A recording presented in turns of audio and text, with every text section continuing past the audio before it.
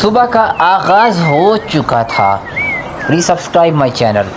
اس کے ساتھ ساتھ جنگل میں لڑائی کا ماحول، ایک دوسرے کی زندگی بچانے کا کام سٹارٹ ہو گیا تھا اور خونخوار درندے اپنی خوراک کو حاصل کرنے میں جٹ گئے تھے، اور یہاں پر سمندری جانور یا پانی میں رہنے والے کروکوڈائل بھی کسی سے کم نہ تھے۔ انہوں نے اپنے سے کم طاقتور جانوروں کے اوپر اپنی خوراک کا حصول کرنے کے لیے حملہ سٹارٹ کر دیا تھا۔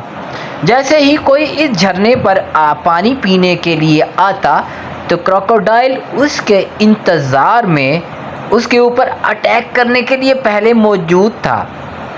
گلہری یہ سین دیکھ رہی تھی اور بہت ہی خوف زدہ تھی۔ اپنی آواز اور شور ڈال کر وہ اپنے آس پاس ماحول کو بتا رہی تھی کہ آج کروکوڈائل بہت غصے میں ہے اور بہت بھوکا ہے۔ اس لیے وہ اپنے آس پاس جانوروں کو کانشیس کر رہی تھی، لیکن ایک باراسنگا یا ہرن بھی اس کے چنگل میں پھنس گیا۔ اس بیچارے کو اس کی موت یہاں لے کر آئی، اس کو کیا پتا تھا۔ اب وہ پانی کے اندر ڈبکیاں لگا رہا تھا اور کروکوڈائل نے بڑی کوشش کی کہ اس کے اوپر کنٹرول کیا جائے۔ ایک اور ہرن کا بچہ پانی پینے کے لیے جب اس جھرنے کے قریب آیا تو کروکوڈائل پہلے سے موجود اس کو اوپر حملہ آور ہونے کے لیے تیار بیٹھا تھا۔ اب ہرن کو کیا معلوم کہ اس کی جان اب جانے والی ہے، لیکن یہ ایک دستور ہے کہ جو طاقتور یا درندہ ہوتا ہے وہ اپنے سے کم تر جانور کو کھا جاتا ہے اور اس کو اپنی خوراک کا حصہ بناتا ہے۔ لیکن کروکوڈائل کا یہ خوفناک اور بھیانک روپ سے تمام جانور واقف ہو چکے تھے، لیکن اس تیندوے کو ابھی تک خبر نہیں ہوئی کہ میرے ساتھ کیا ہونے والا ہے۔ اور دیکھتے ہی دیکھتے کروکوڈائل تیندوے کو پکڑنے میں کامیاب ہوا اور دبوچ کر پانی کے بیچوں بیچ لے کر جا رہا ہے، اور آج اس کا جو بھوجن ہے وہ تیندوا بننے والا ہے۔ یہ دیکھ کر گلہری بہت گھبرا گئی اور جنگل میں شور پھیل گیا، اور یہ ہرن بالکل اپنی موت سے واقف نہیں ہے۔ اس کے سینگوں نے اس کو پھنسا دیا اور وہ آج کروکوڈائل کی خوراک بننے والی ہے۔ لیکن جانور جو بھی ہو اپنی زندگی جینے کا حق رکھتا ہے اور کوشش کرتا ہے۔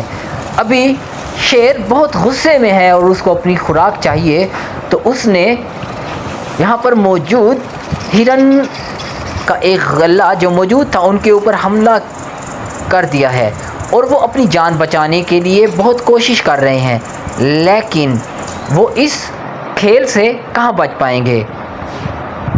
اب ایک چھوٹا سا بجھیرن کا بچہ ان تیندووں کے گروپ میں پھنس چکا ہے اور شاید ہی اس کی جان بچ سکے، لیکن اب وہ اپنی جان نہ بچا سکا، اور تیندوؤں نے مزے کے ساتھ اس کے گوشت کے ٹکڑے ٹکڑے کر دیے اور اس کو شکار کرنے میں کامیاب ہوئے، اور مل بانٹ کر انہوں نے یہ کھانا کھا لیا۔